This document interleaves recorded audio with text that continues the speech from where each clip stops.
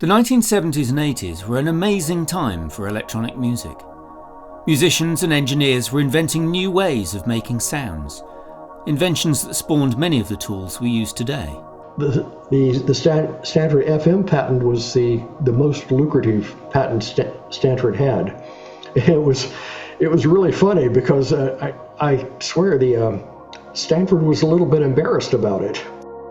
Researchers like John Chowning and James A. Maurer became legends, known outside the insular academic world. I actually got a call from Steve Jobs and said, why don't you come work at Next? Steve and I had either failure to communicate or something. His reasons for choosing the 56,000 were bogus, and I told him they were. In this full-length interview with James A. Andy Maurer, he talks about his extraordinary life at the forefront of music technology. He has an Oscar for his work in film sound and an Emmy for his work in TV. He's a Fellow of the Audio Engineering Society and a recipient of their Lifetime Achievement Award. Dr. Maurer has published over 40 papers on subjects from music synthesis to reverb, many of which resulted in the grant of patents. He was the co-director of the Stanford Center for Computer Research in Music and Acoustics, which was then and still is one of the premier audio research labs in the world. And if that isn't enough, he spent 2 years as a scientific advisor and researcher at IRCAM in Paris, co-founded Sonic Solutions, was vice president of the audio arm of Lucasfilm Computer Division, and developed the sound processing bits of the Next computer, which eventually became MacOS. In 1983, Dr. Maurer conceived, coded and performed the logo theme of the THX Cinema sound system,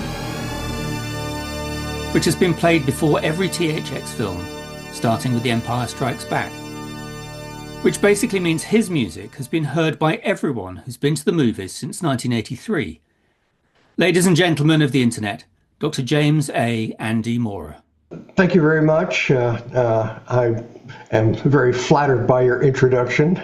So, the hard part actually was working out what to leave out. Well, I hope I can live up to your glowing description here. I'd like to start at the beginning, I guess.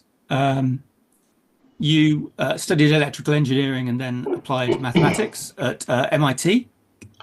Correct. And then did your PhD in computer science at Stanford.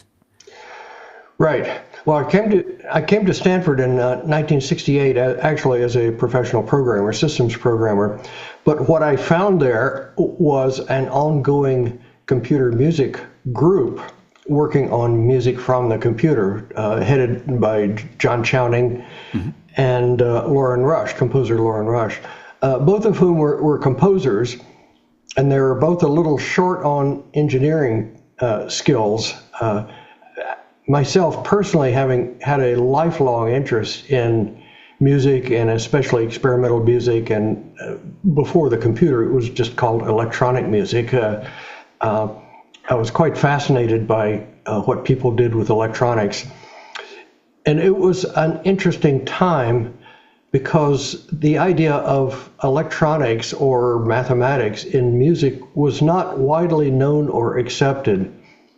On the occasions that at Stanford I went to pitch what we were doing to EE professors, electrical engineering professors, I would start talking about computer music and they would get this dreamy look in their eye and start talking about their 7th grade piano teacher, something. We couldn't quite get the message across as to what it meant.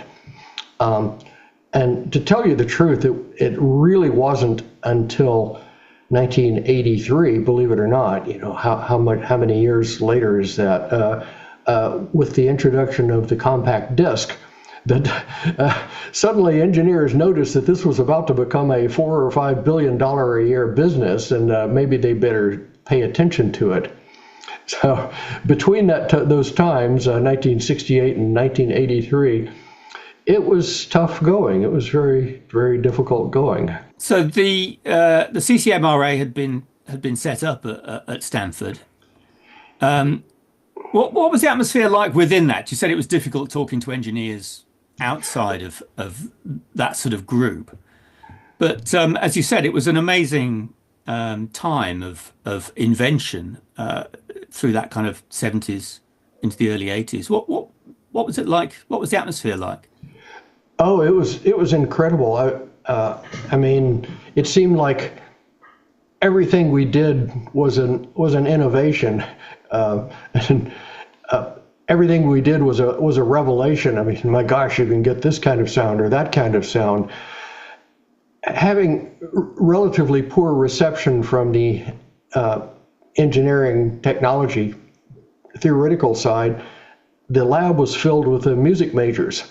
But this being, I guess, being California and Stanford, the music majors were quite progressive and were interested in learning. So I actually taught a course in signal processing, digital signal processing, to music majors. And some of these people have high math anxiety. So it had to be dealt with a bit delicately, but a number of them really picked up on it. Some of them, well, in fact, if you look at Stanford now, they have something like, don't quote me on the exact number here, but something like 30 to 40 full professors or tenure track professors in this section, in this division of the music department. And it has attracted quite a bit of interest from engineering types around Stanford as well. So we've gone from tolerance to acceptance in a way that I could never have imagined. I mean, the size of the department now is just staggering. I've often wondered if they're actually. You said that some of your musicians were challenged a little by mathematics, but many of the great musicians I've known have also been mathematicians. And I've often wondered if there's a sort of neurological connection between being good at maths and being good at music. Well, people wonder that from time to time. I don't think the definitive study has ever been done, but I will say one thing. The question is, where do you go as a Master of Fine Arts specializing in digital audio or digital music? Well, you go to Silicon Valley, and it turns out that the process of programming is related to the process of composition. Because when you compose something, I mean, what you're doing is organizing, and composing music is of course very free form, because unless you make the rules yourself or use 15th century music rules, there are no rules. So you have to choose what elements there are that you're going to use, and you have to be able to assemble them into a beginning, a middle, and an end. Well, it turns out all these skills are the same ones you use for programming a large sprawling piece of software. You have to decide what elements you're going to use. You have to be able to sequence them, as an analogy, I could say from input to processing to output. And as it turns out, most of our graduates found successful careers in Silicon Valley, often working in the audio side of Apple or Next, or even some of the more stately computer science industries like Hewlett-Packard. So yeah, I think there is a relation. It's not clear what it is, but the relation is more strongly related to composition than it is just to performance music. I think if you look at it more carefully, broke it down, there's relatively few performance majors in engineering or in mathematics, but there are a lot of composers or composition majors therein. So I think that's really the relation. Well, I think they do now, but at the time, were you putting on performances as well as doing research at Stanford? Absolutely. At first, they were pretty what do you say, threadbare. I mean, it was so difficult to actually make a piece of computer music that once or twice a year we would have an evening an evening of performance from the computer music group. And oftentimes these were music plus live instruments, as well as pure computer music. And it took a while, but we developed a pretty good following, and that is people that would show up at all of the concerts. And little by little, our pieces started being played at other universities around the country, other places where there were computer music projects, MIT, San Diego, Colgate, City University.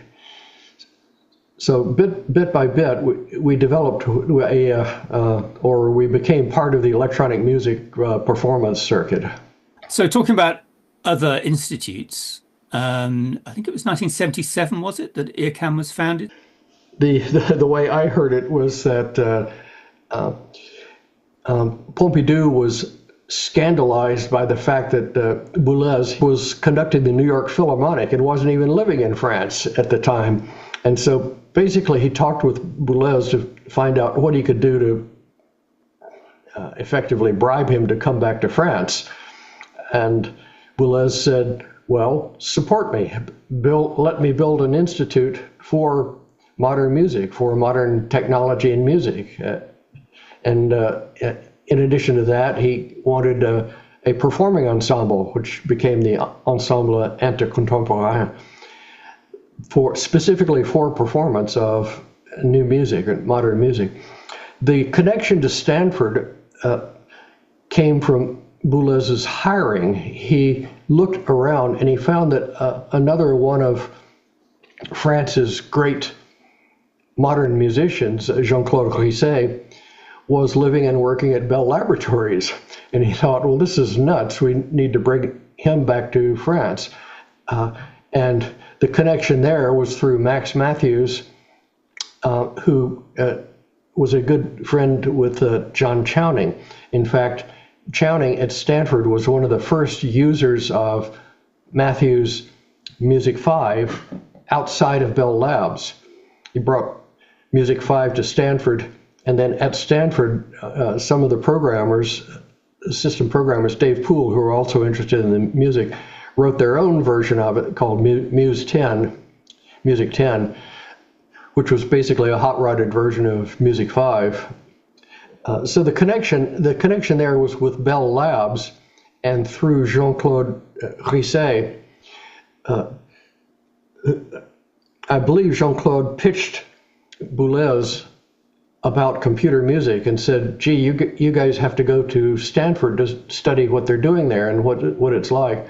So believe it or not, we actually had a seminar, a 2-week seminar where the top department heads and advisors of IRCAM came over, and we had courses, 2 hours in the morning and 2 hours in the afternoon, going through all aspects of computer music. And every one of them actually made a little bit of computer music, including Boulez. I mean, he actually learned to use the computer. Well, these guys are pretty bright, right? So it didn't take much before they were off on their own and doing what they wanted to. So when they got back to Paris, they ordered a computer just like we had, a PDP-10, and a few of us went over there and installed all the software that we had at Stanford there at IRCAM. And they brought in composers and engineers and fairly quickly developed a range of things that, well, first off, they had government funding that we could never afford to do at Stanford. It was delightful. It was a great experience. Chowning likened it a bit to a Socratean abode.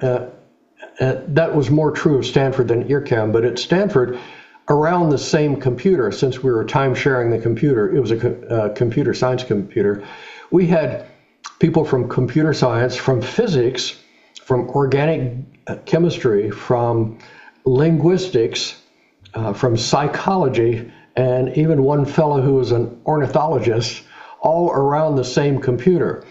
And it was just an incredibly rich intellectual environment. I mean, we could sit there and talk about the future of computing and where this is going. Was there any cross-fertilization of ideas, Big between time. the ornithologist and the... Well, maybe not so much the ornithologist, but a couple of the mathematicians that were there contributed quite significantly to the work we're doing, and at least one of the physicists and the linguists contributed quite a bit. I guess the relation between music composition and human speech is significant, is deep. So yeah, there was an amazing amount of cross-fertilization there, and respect too. I mean, it seemed like everyone respected everyone else. Well, and for John Chowning, who was a musician and really didn't know much about technology, it was a tremendous opportunity for him. I mean, he could walk to just about anyone there and just say, well, what are you doing? And how are you doing it? And they would show him, and he could say, well, how do you do this? And how do you do that? And it's like having a classroom with 5 students and 41 teachers. It was just a tremendously rich environment. I have actually, in my years, never experienced anything like it. We tried to do it at IRCAM, but partly due to Boulez's own predilection, he wanted to keep the focus more tightly on music, so it was a little harder to bring in people outside that discipline. How long were you involved with IRCAM? 2 years. I was there for 2 years. Really helped get them off the ground, and also I did some studies there because they had these wonderful audio systems and an anechoic chamber that we all got to use. Did you like Paris? Oh, sure, loved it. It was jolly fun. Being 31 years old and unmarried in Paris was quite a joy. So yeah, I enjoyed it quite a bit. When I was a teenager, I guess I tried to sneak into IRCAM once. There was a big man on the door who I think was probably going to throw me into the fountain if I got any further. So yeah, you have to have an inside contact. You still do, but it was again a rich intellectual environment, but of a different sort. You left IRCAM in 1980, is that right, to join That's Lucasfilm? right. That's right. But I read somewhere it was Ed Catmull that recruited you for that. Is that right? That's correct. Wow. He came down to Stanford, and I showed him what we were doing, and he gave me the pitch. Yeah, I came up. I drove up to Marin County and talked with the rest of the team there. At that time, we were holed up in basically a large apartment above a bank building in San Anselmo, California. And again, I found a bit of what we had at Stanford. That is, people were working on computer graphics, on optics, high precision scanners. It wasn't quite as elaborate or broad as Stanford was, but it was, again, innovation. The thing I used to say about Stanford was everything we did was an innovation. I mean, we didn't try to say, okay, we're going to innovate in this way. It's just, we want to make this kind of sound. What do we have to do to it? And to make that kind of sound, we had to, maybe not invent, but repurpose some technology or some mathematics somewhere. And literally everything we did produced a paper and sometimes another patent. Well, the same kind of thing was true at Lucasfilm too. That is, we're constantly turning over new revelations and new discoveries. The computer graphics group did some of the early work on what they call the JAGGIEs, which is the big switch from rectilinear computer graphics to smooth more realistic computer graphics. It was done right there. Some of the early innovations were done in the Lucasfilm computer graphics group, and it was again another great environment to be in. And you worked on non-linear editing, I think. Is that right? We did. The two groups, the sound and the picture, were both, because there was Edit Droid, which was a lot of laser discs to edit picture on, and then Sound Droid, was that what it's called? Right, Sound Droid, yeah, which was a special built high-speed computer just for doing audio. For instance, the THX logo theme was synthesized entirely on the Sound Droid in real time, which at that stage was unheard of. Sound Droid, unfortunately, was a commercial flop because it was just too expensive for what it did. We were let's see, how do I say this? Too far ahead of the curve for it to be commercially viable. Well, the same was true of Edit Droid, really.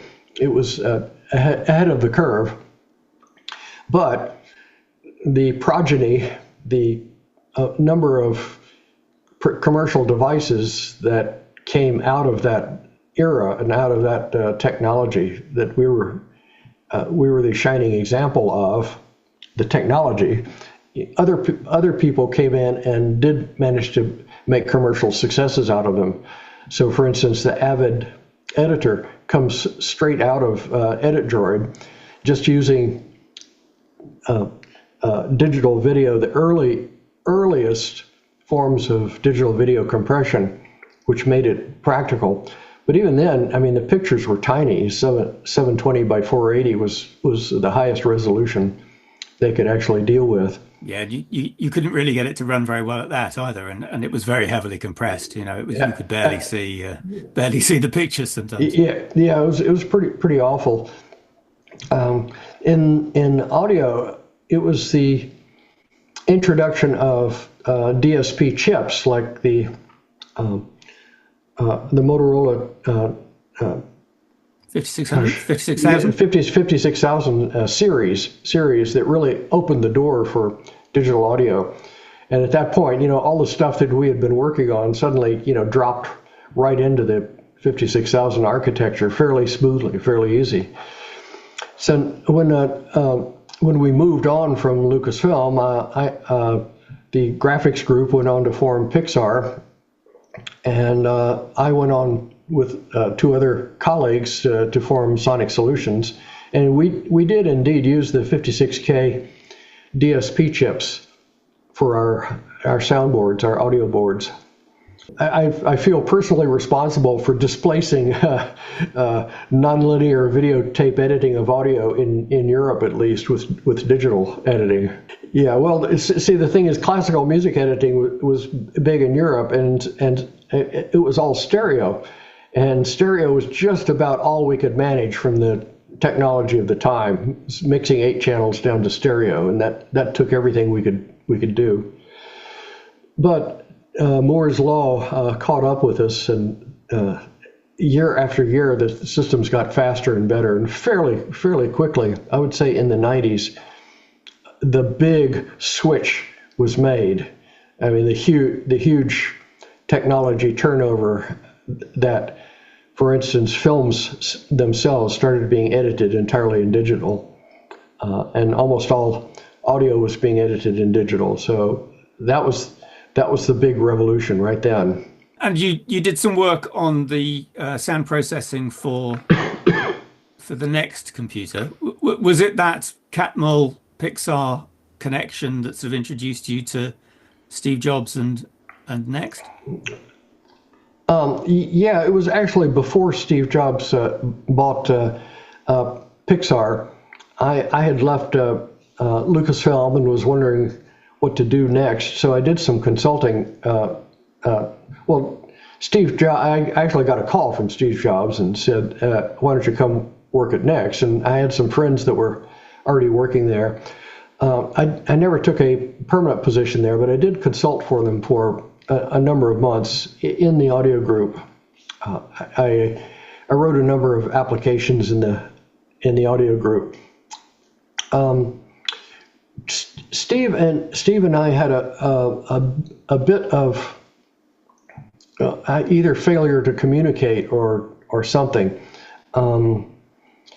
He did put well, the problem was there wasn't a vision for what audio should be on the next machine.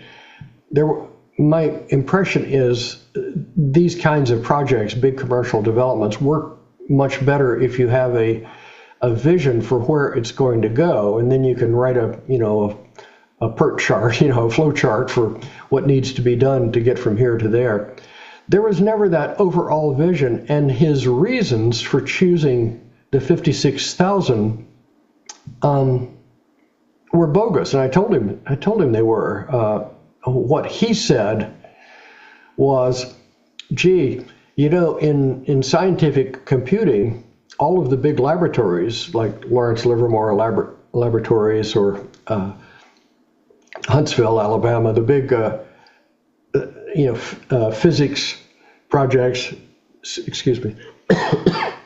the big physics projects and nuclear fission work being done on computer used array processing computers. I mean, that's what the large, CDC 6600 and the Cray machines were. They were large array processors. And Steve correctly felt that he needed to include array processing as part of the next machine.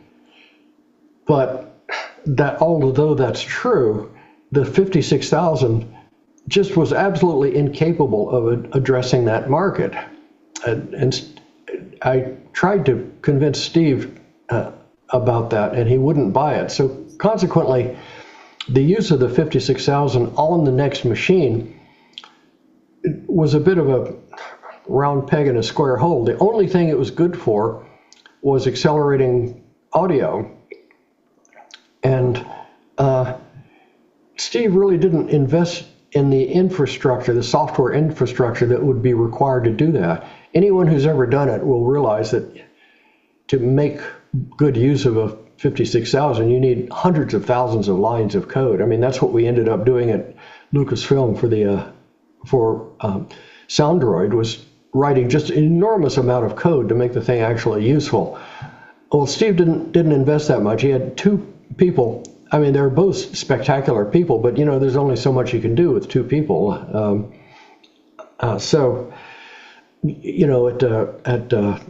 At Lucasfilm, I had half a dozen people working on software while we were there for the Soundroid, and we made a fair amount of progress there, and a number of papers came out of it, and a number of inventions.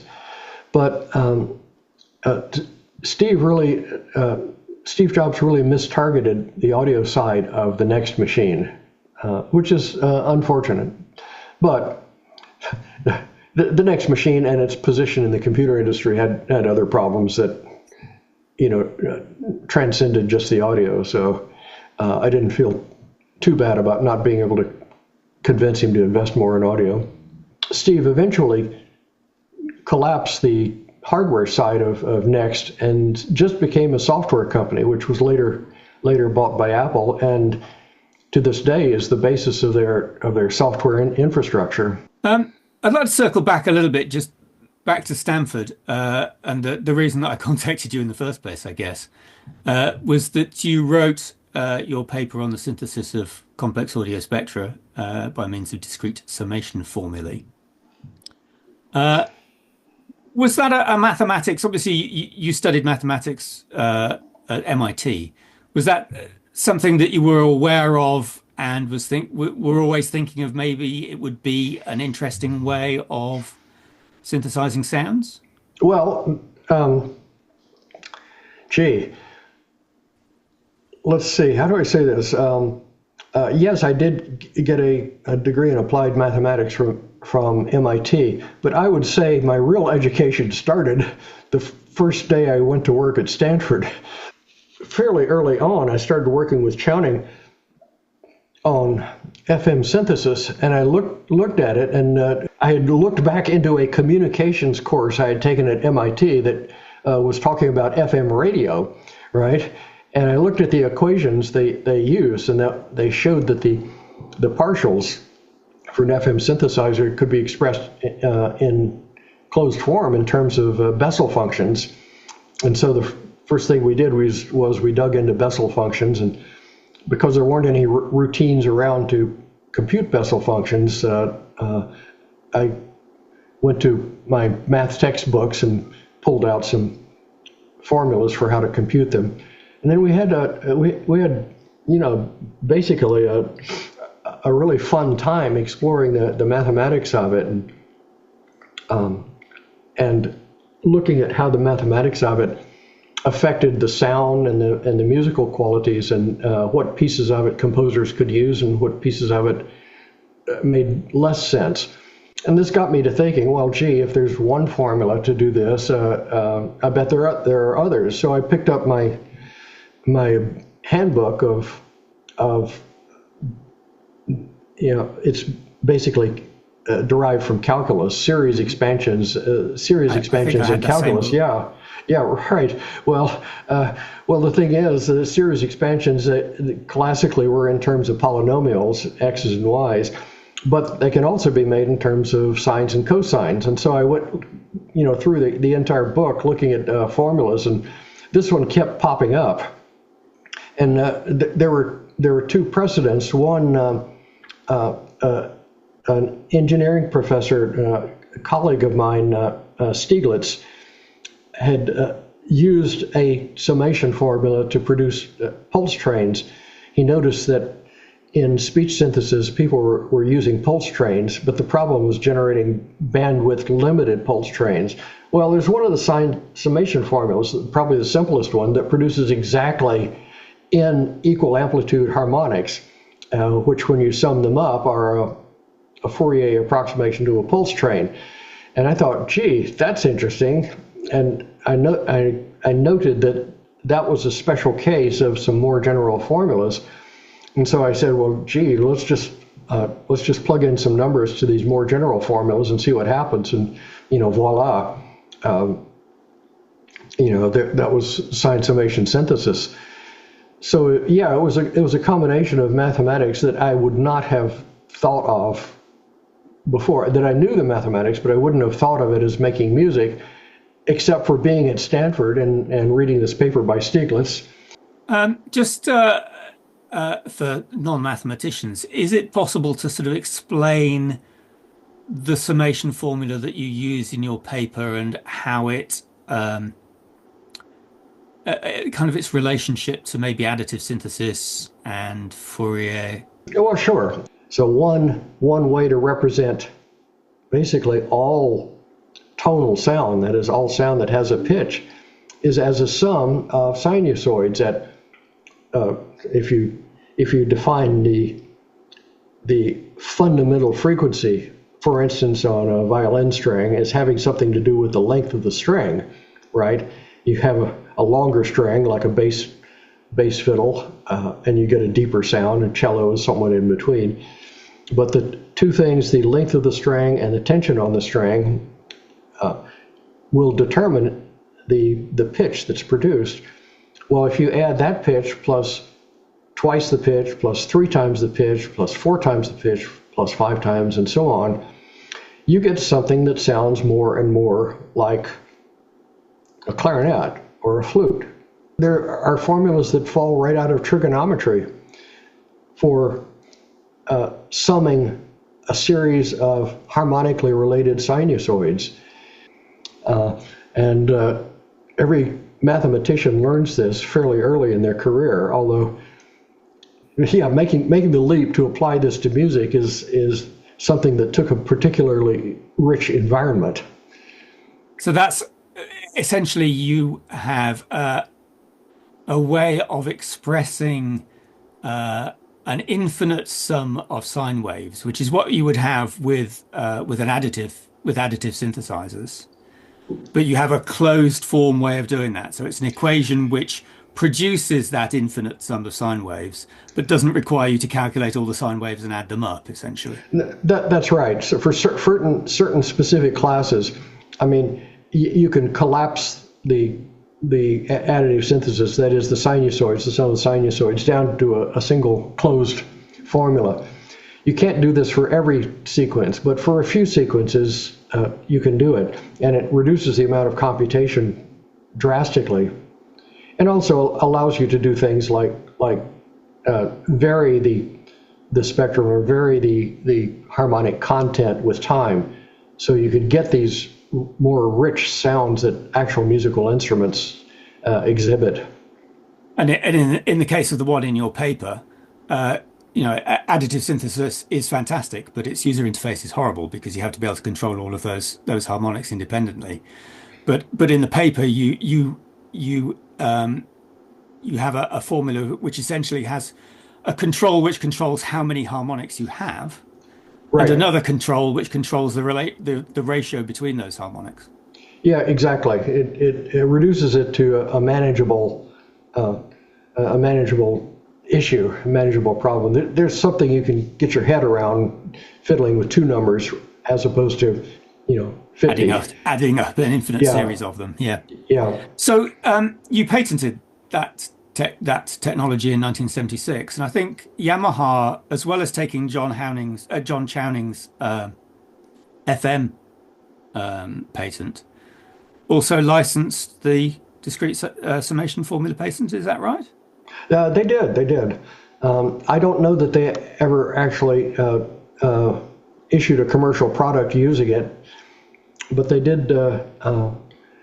They did certainly pay for it and investigated it.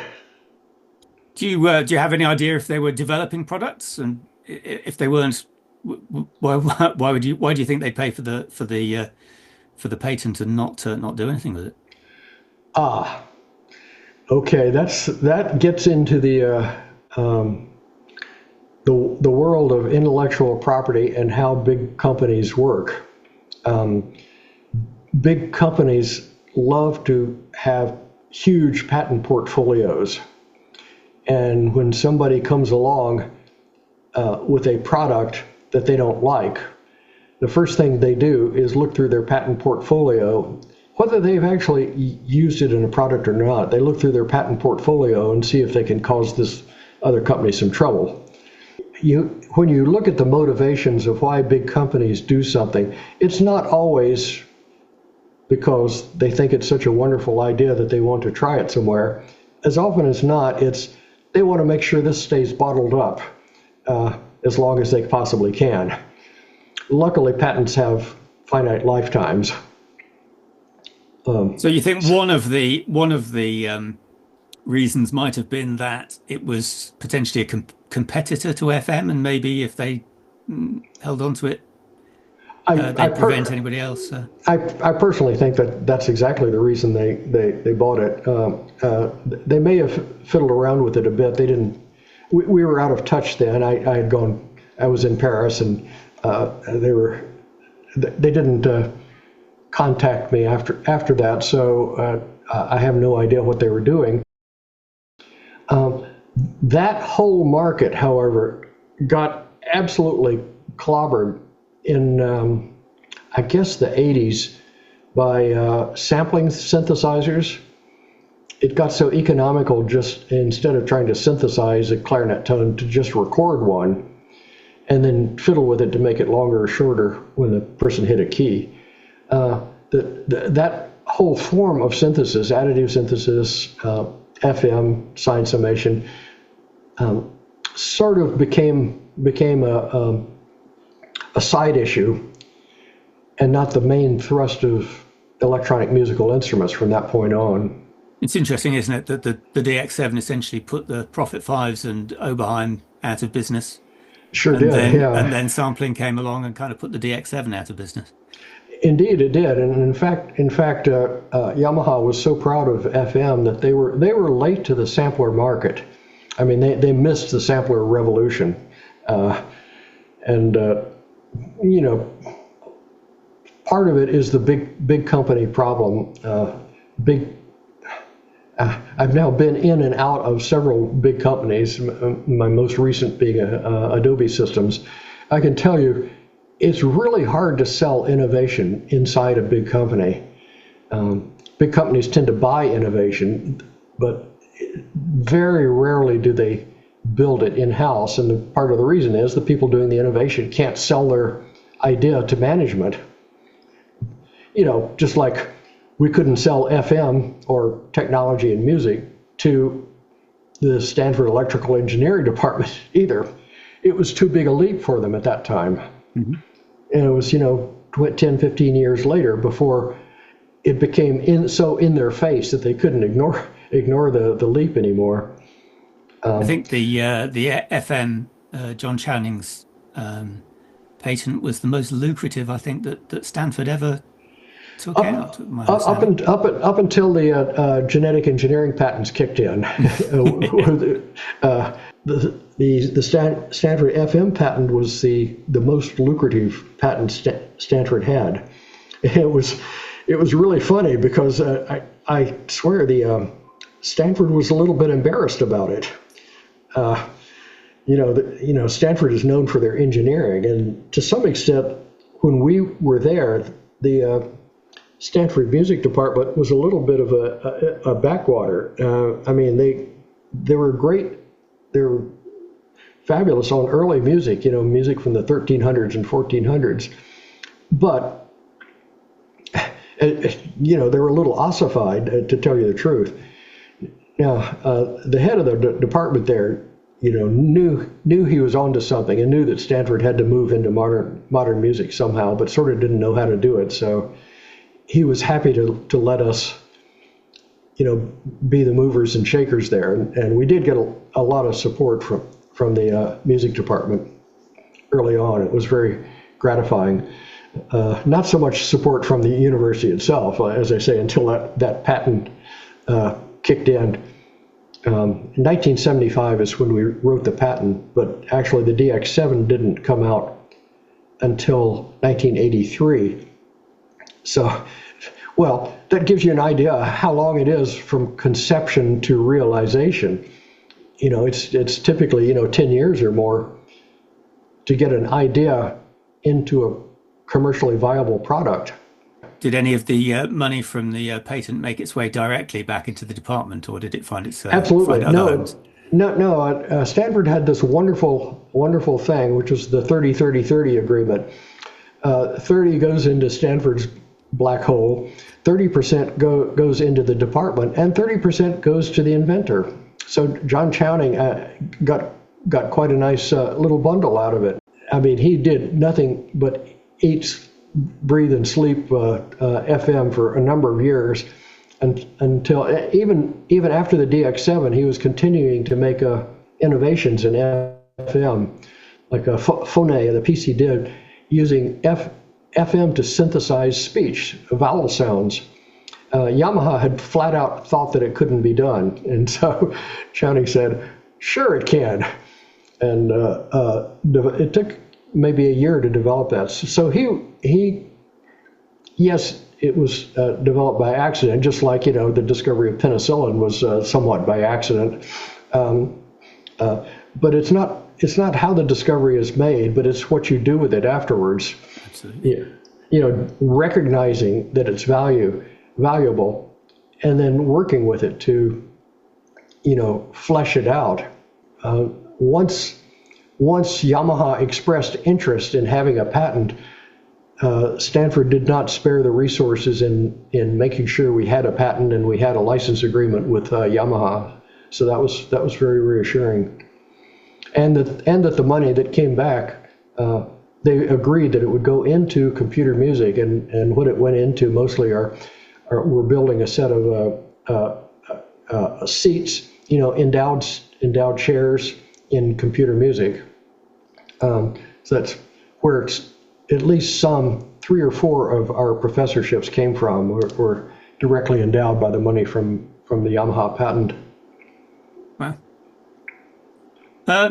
Fantastic. That's been over an hour now, so I should leave you for your voice to recover. Unless there's anything else particularly. Well, I've steered clear of the THX thing because it has been covered by so many other people. Indeed. Well, it's good to talk about that era, that early music era, because as I say, everything that we did was a revelation and was novel. It's now the whole field is mature, so it's very difficult to make more progress in the technology at this point. But I do notice that people are making great progress in what we do with it. That is, in the music we make from it. I swear every year, there's some new sound coming out that's built out of these tools that we put together in the 60s, 70s, and 80s. It's just reassuring. Well, it's reassuring that you don't have to be an engineer to make electronic music anymore. Yeah, I will certainly never forget it. And in any given field, it only happens once. But that early period of discovery is always tremendously exciting and tremendously rewarding. Like, the computer revolution with the personal computer in the 80s was also very exciting. In the year 2000, I wrote a paper, an invited paper for IEEE, or for Audio Engineering Society, on what's audio in the 21st century going to look like. And I said, well, if we keep up that curve, then by the time you get to 2020, we should be doing 200, 300, 500 channels of audio in real time on your desktop computer. And sure enough, that's about where it ended up. It didn't quite make it, but these days people run 64 channels of audio on a beefy but still an easily available off the shelf. Yeah, it runs on a MacBook computer. Absolutely. So technology has finally caught up with our inventions big time. What a great thought to end on. Indeed. Really, well, thank you so much, Andy, for giving me your time. I do appreciate it. My pleasure. It's been a real pleasure chatting with you and remembering these great old times.